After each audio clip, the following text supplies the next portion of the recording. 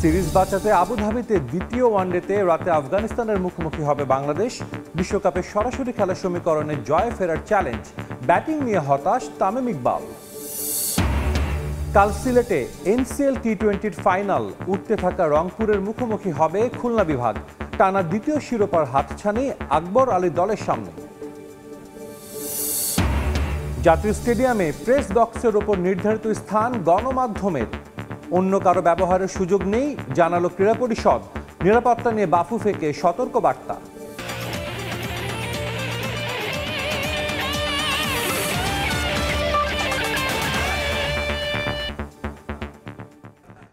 বিশ্বের নানা প্রান্তের খেলাধুলার খবর নিয়ে আমাদের নিয়মিত আয়োজন খেলার সময়, আর এই আয়োজনে আপনাদের সঙ্গে আছি আমি সাজিদ মুস্তাহিদ।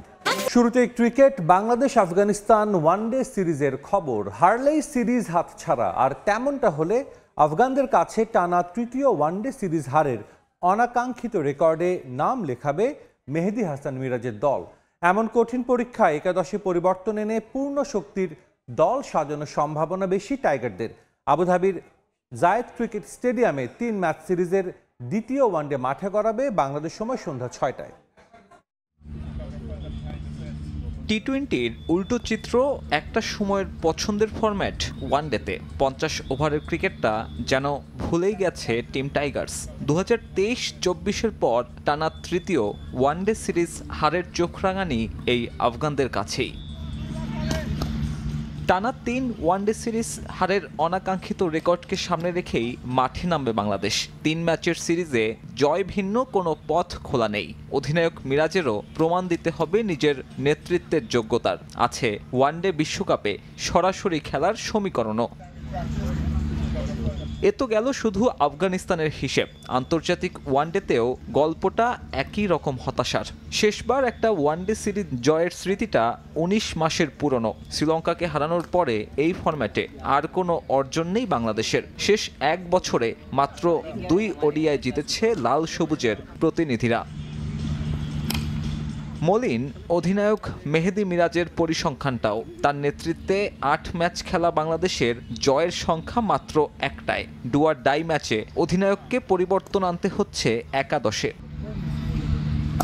প্রথম ম্যাচে স্বীকৃত 2 স্পিনার নিয়ে নামার সিদ্ধান্ত ছিল প্রশ্নবিদ্ধ। আবুধাবির মন্থর উইকেটে 3 পেসারের যৌক্তিকতাও ছিল না বেশি। সিরিজ বাঁচানোর মিশনে বাড়তি স্পিনার খেলাবে টিম ম্যানেজমেন্ট। ফেরানো হবে রিশাদ হোসেনকে, ফিরবেন অভিজ্ঞ মোস্তাফিজুর রহমানও। তাদের জায়গা করে দিতে বেঞ্চে বসবেন তাসকিন আহমেদ আর হাসান মাহমুদ। শুধু একাদশে বদল আনলেই চলবে না, অধিনায়ক মিরাজকে পাল্টাতে হবে নিজের ব্যাটিং অ্যাপ্রোচটাও। তার মন্থর গতির ইনিংস ভুগিয়েছে সবশেষ ম্যাচে। বাংলাদেশ দলেরও মাথা ব্যথার কারণ ওই অতিরিক্ত ডট বল। সিরিজ বাঁচাতে তাই রানিং বিটুইন দ্য উইকেট হতে পারে বড় সমাধান। টিম ম্যানেজমেন্টও গুরুত্ব দিচ্ছে একই বিষয়ে। সাদা বলের ফরম্যাটে যা কিনা পুরনো সমস্যা টিম বাংলাদেশের। দ্বিতীয় ম্যাচের আগে দলের সঙ্গে যোগ দিয়েছেন নাইম শেখ। ভিসা জটিলতা কাটিয়েছেন, তবে তার সম্ভাবনা নেই শুরুর একাদশে থাকার। সাব্বির মিথুন, সময় সংবাদ। আফগানিস্তানের বিপক্ষে টাইগারদের টি-20 সিরিজ জয় ইতিবাচক হলেও ওয়ানডেতে ক্রিকেটারদের পারফরমেন্স নিয়ে প্রশ্ন তুলেছেন সাবেক অধিনায়ক তামিম ইকবাল। তার মতে ওডিআইতে ভালো করতে হলে ধারাবাহিকভাবে পারফর্ম করতে হবে টপ অর্ডারকে।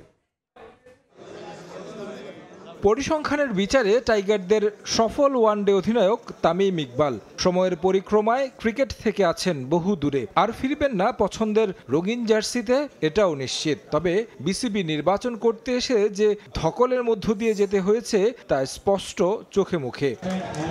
শুক্রবার ছুটির দিনেও ফুরসত নেই সাবেক ওয়ানডে অধিনায়কের। এদিন এসেছিলেন ক্যাফে উদ্বোধন করতে।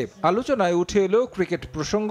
আফগানদের বিপক্ষে টি-20 সিরিজে আধিপত্য দেখিয়ে জয় মুগ্ধ করেছে তামিমকে, তবে ওয়ানডে দলের পারফরমেন্স নিয়ে প্রশ্ন তুললেন সাবেক অধিনায়ক। টি-20টা আমরা একটা ভালো শেপে আছি। টি-20 ফরম্যাটটা আই এম শিওর এই যে প্লেয়ারগুলোই খেলতেছে they all are capable players. এই ফরম্যাটে আপনি কিভাবে খেলবেন they all are talented players. আমার কাছে মনে হয় যত তাড়াতাড়ি ওরা ফরম্যাটের হিসাবে খেলাটা যত তাড়াতাড়ি বুঝবে তত তাড়াতাড়ি সাকসেসটা আসা শুরু হবে।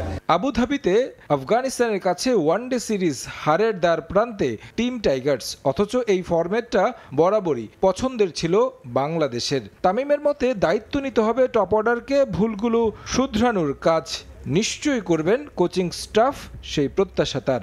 ওডিআই ফরম্যাটে এমন একটা ফরম্যাট যেখানে আপনার টপ 3 থেকে রান আসাটা খুব ইম্পর্টেন্ট হয়ে দাঁড়ায়। অবশ্যই মিডল অর্ডার তো ইম্পর্টেন্ট। সো ওডিআই ফরম্যাটে স্ট্রাগল করছি, যেটা নর্মালি আমাদের জন্য সবচেয়ে স্ট্রং পয়েন্ট ছিল। বাট আই এম শিওর এটা they will find the ways. Coach বলেন বা একটা ম্যানেজমেন্ট যখন ডিসকাস করে, ওই ডিসকাশনটা আসলে আমরা কেউ জানি না, বাইরের থেকে আমরাও জানি না, মিডিয়াও জানে না। তাদের একটা সেটস অফ প্ল্যান থাকে, এই কারণেই তাদেরকে ওখানে আনা। ওদেরকে ওই বিশ্বাসটাও আমাদের করতে হবে যে they will take us in the right way. So I am very hopeful যে প্লেয়ারগুলো আছে, the quality they have, they will figure out a way যে এখানে কেমন সাকসেস হতে। সবশেষ ওয়ানডেতে বাংলাদেশের 18 ম্যাচে জয়ের সংখ্যাটা মাত্র 5। তামিমের প্রত্যাশা সময়ের সঙ্গে এই দলটাই ভালো করবে ওয়ানডে ফরম্যাটে। তারেক হাসান শিমুল, সময় সংবাদ, ঢাকা। শেষ হতে যাচ্ছে এনসিএল টি-20-র দ্বিতীয় আসর। আগামীকাল ফাইনালে মুখোমুখি হবে খুলনা ও রংপুর বিভাগ। ফাইনাল সামনে রেখে অনুশীলন করেছে দুদল। এই মুহূর্তে সিলেট আন্তর্জাতিক ক্রিকেট স্টেডিয়ামে আছেন রিপোর্টার অপু বণিক। সবশেষ খবর জানতে সরাসরি যাচ্ছি তার কাছে। অপু, দেখুন, আমরা এই মুহূর্তে আছি সিলেট আন্তর্জাতিক ক্রিকেট স্টেডিয়ামের একদম মূল যে গ্রাউন্ডটি রয়েছে সেই গ্রাউন্ডের ঠিক এখানে আছি। দেখুন, গতকাল রাত থেকে সিলেটে বৃষ্টি ছিল, যেহেতু আগামীকাল ফাইনাল ম্যাচটি আছে সিলেটে, তো সেটাকে কেন্দ্র করে কিন্তু আজকে সকালে ঠিক টিম 10:30টার দিকে খুলনার দলটি কিন্তু সিলেট আন্তর্জাতিক ক্রিকেট স্টেডিয়ামে চলে আসে। যেহেতু বৃষ্টি ছিল, তো বৃষ্টি হওয়ার কারণে আজকে আউটার ফিল্ডে অনুশীলন হওয়ার কথা থাকলেও কিন্তু আউটার ফিল্ডটা ভেজা থাকার কারণে সেই জায়গাটাতে আসলে আজকে অনুশীলন করতে পারেনি দুটো দলই, এবং পরবর্তীতে তারা ইনডোরে অনুশীলন করেন। আমরা সেখানে আফিফকে লক্ষ্য করেছি, তিনি কিন্তু এখানে অপেক্ষারত ছিলেন, এবং এখানে অন্যান্য যারা প্লেয়াররা ছিল তারা কিন্তু নেটের মধ্যে প্র্যাকটিস অনুশীলনটা চালিয়ে নিয়েছেন। এবং যেহেতু গতকাল থেকে টানা একটা বৃষ্টি ছিল, তো সেই ক্ষেত্রে মাঠে কিন্তু গ্রাউন্ডসম্যানরা আজকে ব্যস্ত সময় পার করছেন, এবং বিশেষ করে যে গ্রাউন্ডটি দেখছেন এখানে কিন্তু আগামীকাল সবকিছু ঠিক থাকলে ফাইনালের এনসিএল এর যে ফাইনালটি ম্যাচটি হবে সেটি কিন্তু মাঠে গড়াচ্ছে। এবং ওকে, আর এখানে গেল বছরের প্রথমবারের মতো আসলে অনুষ্ঠিত হয়েছিল জাতীয় ক্রিকেট লিগের টি-20 ম্যাচটি, এবং সিলেটে প্রথম কোয়ালিফায়ার ম্যাচে যে চট্টগ্রাম বিভাগকে 4 উইকেটে হারিয়ে ফাইনালে উঠেছে খুলনা বিভাগ, এবং গতকাল দ্বিতীয় কোয়ালিফায়ারে হেরেছে চট্টগ্রাম। তবে চট্টগ্রাম দলটিকে আসলে যে অবস্থা হয়েছিল, তো সেই জায়গা থেকে আসলে আগামীকালকের যে ম্যাচটিকে ঘিরে সিলেটে এনসিএল যে ক্রিকেট প্রেমীরা যারা রয়েছে তাদের মনে কিন্তু অনেক উচ্ছ্বাস আমরা লক্ষ্য করেছি। আজকে যদিও সকালে যখন আমরা ঢুকছিলাম তখন কিন্তু ক্রিকেটের যে মূল যে গেটটি রয়েছে মাঠের, সেখানে টিকিট কাউন্টারে আমরা তেমন দর্শক কিন্তু দেখিনি। তবে অনেকেই মনে করছেন যে এই ফাইনাল, যদিও আগে কোয়ালিফায়ার যে ম্যাচ দুটো হয়েছিল সেখানে কিন্তু কিছুটা হলেও আমরা দর্শক লক্ষ্য করেছিলাম গ্যালারিতে। তবে যেহেতু আগামীকাল ফাইনাল, এবং এই ফাইনাল ম্যাচকে ঘিরে টিকিট কাউন্টারে যারা আছেন তাদের সাথে আমরা কথা বলছিলাম, তারা যেমনটি আমাদেরকে বলেছিলেন যে উৎসাহ উন্মাদনা আছে, তবে এখনো অবধি পর্যন্ত টিকিটের যে পরিমাণ বিক্রি হয়েছে, তো হয়তো বা আগামীকালকে তারা আশা করছেন যে পুরোটাই দর্শক পূর্ণ হওয়ার আশা করছেন তারা। তো এই ছিল আসলে সিলেট থেকে এনসিএল ফাইনালের পূর্ববর্তী আজকের বর্তমান পরিস্থিতি সিলেট থেকে আমার কাছে। নির্বাচন ব্যবস্থা নিয়ে রাজধানীতে এক সেমিনারে বক্তব্য রাখছেন বিএনপির স্থায়ী কমিটি সদস্য আমির খসরু মাহমুদ চৌধুরী। সরাসরি যাচ্ছে সেখানে। যেটা ইউকেতে ফাংশন করছে সেটা আমরা তো ইউকে পদ্ধতি ফলো করছি, তাই না? তো বাংলাদেশে আমি তো ওয়েস্টমিনিস্টার কথা বলছি, কিন্তু ওয়েস্টমিনিস্টার পুরোটা কি আমরা প্র্যাকটিস করেছি কোনো সময়? করি নাই। এটা সিদ্ধান্ত নিতে হবে যে let us make the parliamentary process fully. আপনি পদায়নের বলেন কিংবা যে কোনো ন্যাশনাল ইস্যুতে আপনি পার্লামেন্টারি কমিটির হাতে তুলে দেন না। আপনি পার্লামেন্টারি কমিটির কিন্তু বলা হয়েছে বিরোধী দলের লোকজন থাকবে, এটা তো সিদ্ধান্ত হয়েছে, আমাদের মধ্যে আলাপ হয়েছে। তাহলে এখানে চেক অ্যান্ড ব্যালেন্স আছে। প্রত্যেকটা পার্লামেন্টারি কমিটিতে সরকারি দল বিরোধী দলের সদস্যরা থাকে, ওখানে কিন্তু কোনো সমস্যা হয় না। আমরা যারা পার্লামেন্টে ছিলাম পার্লামেন্টারি কমিটির কার্যক্রমের মধ্যে কিন্তু কোনো কনফ্লিক্ট ছিল না, কোনো কনফ্লিক্ট ছিল না। কিন্তু ওই বাইরে এসে কিন্তু প্রেসের সামনে যখন আসে তখন কিন্তু প্রবলেম, কিন্তু ইনসাইড দি পার্লামেন্ট পার্লামেন্টারি কমিটিগুলো যেগুলো কাজ করেছে ওখানে কিন্তু একমত হয়েছে বিশেষ বিশেষ বিষয়গুলো নিয়ে আমরা ঐক্যমত্যে পৌঁছেছি কিন্তু পার্লামেন্টারি কমিটিগুলো। বাট একটা জিনিস যেটা হচ্ছে এখন আমি মনে করি কি এই কমিটিগুলোর ফাংশনগুলোকে আরো বেশি পাবলিক করা দরকার। ওই যে উইদিন দিস 4-1 না রেখে যে বিদেশে যেভাবে আপনি পার্লামেন্টারি কমিটিগুলো হিয়ারিংগুলো পাবলিক হয়, এটা যদি আপনি পাবলিক করে দেন তাইলে কিন্তু ওই ভিতরে কি হয়েছে সেটার সাথে বাইরের কি কথাবার্তার যে ব্যবধান সেটা থাকবে না। তো বিসাইডস দ্যাট আমি মনে করি আমাদের এই মুহূর্তে যেটা দরকার সেটা হচ্ছে পার্লামেন্টারি সিস্টেমটাকে আমরা কার্যকর করি, আর এই কার্যকারিতার মাধ্যমে কিন্তু অনেক কিছু বেরিয়ে আসবে। আরও যে সিদ্ধান্তগুলো আমরা এখন একমত ঐক্যমত আসতে পারি নাই সেই জায়গাগুলোতে আমরা ঐক্যমত হতে হওয়ার জন্য পার্লামেন্টারি ডিবেটের মধ্যে আলোচনা হোক, পাবলিক ডিসকোর্সে হোক, সিভিল সোসাইটিতে আলোচনা হোক।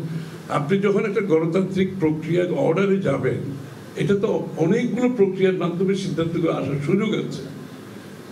উইনার টেকস অল যে কনসেপ্টটা আছে এখান থেকে আমাদেরকে বেরিয়ে আসতে হবে।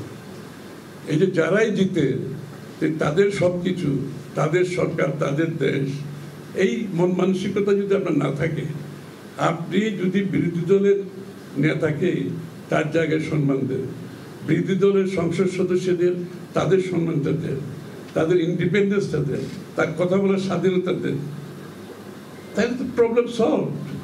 এখানে কোন প্রক্রিয়া যাবেন না যাবেন ওইটা তো আমি তো আগেই বলেছি, কোনো কিছু রুল আউট করা যাবে না, কারণ আপনি ডেমোক্রেসিতে রুল আউট করার অধিকার কোন দলের নেই, আমাদেরও নেই, অন্যদেরও নেই। That there be public discourse, আলোচনা হোক, পাবলিক ওপিনিয়ন ক্রিয়েট হোক, যেগুলো পাবলিকের জনমতের রিফ্লেকশন ঘটবে সেগুলো সমাধান হবে, আর যেগুলো অব্যাহতভাবে ডিসকোর্স চলবে, আলোচনায় থাকবে এগুলো। কিন্তু ফার্স্ট অফ অল আমাদের দায়িত্ব একটা নির্বাচনের মাধ্যমে বাংলাদেশের ডেমোক্রেটিক অর্ডার, যে পরিবেশটা আমরা ফিরিয়ে আনতে পারিনি, সেই পরিবেশ যদি ফিরিয়ে আনার পরে everything will fall in place. বাকিগুলো তো হচ্ছে, এটা হচ্ছে একটা ডেমোক্রেটিক অর্ডারের মধ্যে যেটা পরিবর্তন, আমি আগেও বলেছি এটা correction process. Democracy is a filtration process, এবং এটা তো ডেমোক্রেটিক প্রক্রিয়ার মাধ্যমে হতে হবে। Election after election after election, free fair election will determine will bring. আজকে বাংলাদেশে যদি আমরা যখন শুরু করেছিলাম, এই যদি ইলেকশনের ধারাটা যদি এখনো চলতো, কোয়াইট অনেস্টলি আজকে Bangladesh code have been a different place politically. এবং আমরা তো পলিটিক্যাল ইয়ের কথা বলছি, ডেমোক্রেটাইজেশনের কথা বলছি, আমরা ইকোনমিক ডেমোক্রেটাইজেশন তো কেউ আলাপ করছে না।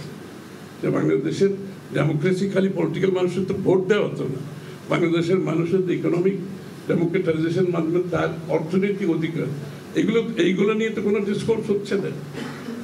যে বাংলাদেশের আজকে অর্থনীতি যে জায়গায় এসে দাঁড়িয়েছে, এখান থেকে বের হতে হলে বাংলাদেশের মানুষের অর্থনীতিতে উন্নয়নের পার্টিসিপেশন কতটুকু ছিল।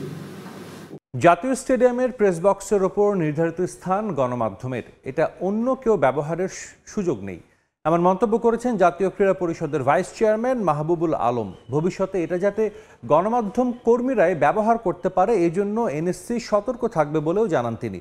পাশাপাশি স্টেডিয়ামের নিরাপত্তা ব্যবস্থা নিয়েও সতর্ক বার্তা দেন মাহবুবুল আলম।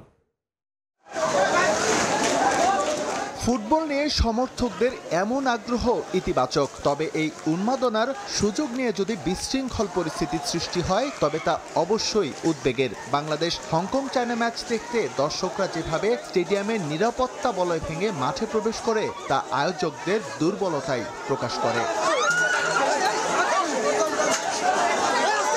এর আগে সিঙ্গাপুর ম্যাচেও ঘটেছিল অপ্রীতিকর ঘটনা। জাতীয় স্টেডিয়াম ক্রীড়া পরিষদের হলেও ম্যাচের আগে তার নিয়ন্ত্রণ নেয় বাফুফে। বিশৃঙ্খলার সব দায়ভার তাই বর্তায় ফেডারেশনের কাঁধেই। যদিও ক্রীড়া পরিষদ বলছে সামনের ম্যাচগুলোতে এই বিষয়ে তারা থাকবে আরও সতর্ক অবস্থানে। গতকালের যে আয়োজনটা অনেক বড় ধরনের একটা আয়োজন ছিল এবং আমরা বেশ উৎসাহ উদ্দীপনা সেখানে লক্ষ্য করেছি। হয়তো মানে আমাদের ভবিষ্যতে আমরা এই বিষয়ে সতর্ক থাকব। জাতীয় স্টেডিয়ামের প্রেস বক্সের উপরের ছাদে গণমাধ্যম কর্মীদের জন্য আছে বসার আলাদা ব্যবস্থা। তবে সিঙ্গাপুর সহ হংকং চায়না ম্যাচে চড়া মূল্যে সেই আসনগুলো বিক্রি করে দেয় বাফুফে। ম্যাচ চলাকালীন যা নিয়ে তৈরি হয় অপ্রীতিকর পরিস্থিতি। এ বিষয়ে ক্রীড়া পরিষদের অবস্থান স্পষ্ট, গণমাধ্যমের জন্য নির্ধারিত স্থান কোনোভাবেই বিক্রি করতে পারে না বাফুফে। নতুন অবয়বে যা আমাদের জাতীয় স্টেডিয়াম, ঢাকা জাতীয় স্টেডিয়ামকে সাজানো হয়েছে তার জন্য প্রেস গ্যালারির জন্য কিন্তু যে আলাদাভাবে আপনাদের জন্য নির্ধারিত হয়েছে। তা আমরা ভবিষ্যতে এই বিষয়ে অত্যন্ত সতর্ক থাকব যেন প্রেস গ্যালারি হিসেবে যেটাকে নির্ধারিত আছে শুধুমাত্র যাদের আমার ক্রীড়া সাংবাদিক আছে, প্রেসের জন্য আছে, তাদের জন্য নির্ধারিত থাকবে। বিভিন্ন মহলে গুঞ্জন, টিকিট বিক্রি থেকে মুনাফা বাড়াতে প্রেস বক্স স্টেডিয়ামের অন্যত্র সরানোর পরিকল্পনা করছে একটি মহল। তবে জাতীয় ক্রীড়া পরিষদ সাফ জানিয়ে দিয়েছে নির্ধারিত নকশার বাইরে গিয়ে প্রেস বক্স অন্য কোথাও সরানোর সুযোগ নেই। প্রেস বক্সটাকে এটা একটা নতুন অবয়বে মানে এই স্টেডিয়ামকে সাজানো হয়েছে, এটার একটা প্ল্যান ছিল এবং আর্কিটেকচারাল ডিজাইন অনুযায়ী প্রেস বক্স যেখানে দেওয়ার কথা সেখানে আছে, আপাতত সেখানেই থাকবে। নভেম্বরে এশিয়া কাপ বাছাই ম্যাচে ভারতের মুখোমুখি হবে বাংলাদেশ। সেই ম্যাচ নির্বিঘ্নে আয়োজন করতে বাফুফে এবং ক্রীড়া পরিষদের সমন্বিত উদ্যোগ খুবই প্রয়োজন। এস.এম. ইকবাল, সময় সংবাদ, ঢাকা। স্বাগত খেলার সময়। তারুণ্যের উৎসব উপলক্ষে শুরু হচ্ছে ন্যাশনাল ইউথ প্যারা গেমস 2025। ঢাকা জাতীয় স্টেডিয়ামে এর উদ্বোধন করেন জাতীয় ক্রীড়া পরিষদের ভাইস চেয়ারম্যান মোহাম্মদ মাহবুবুল আলম। অনুষ্ঠানে উপস্থিত ছিলেন এনএসসি নির্বাহী পরিচালক সহ সাবেক 2 ক্রিকেটার হাবিবুল বাশার সুমন ও জাভেদ ওমর বেলিম। প্যারা গেমসে ভালো করতে যুবাদের গুরুত্ব নিয়ে আলোচনা করেন তারা।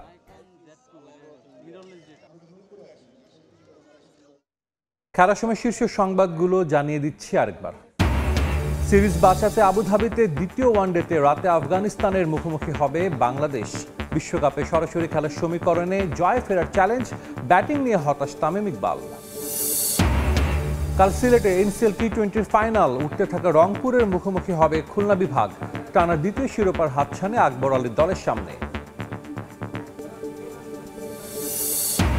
এবং জাতীয় স্টেডিয়ামে প্রেস বক্সের ওপর নির্ধারিত স্থান গণমাধ্যমের অন্য কারো ব্যবহারের সুযোগ নেই, জানালো ক্রীড়া পরিষদ। নিরাপত্তা নিয়ে বাফুফেতে সতর্কবার্তা।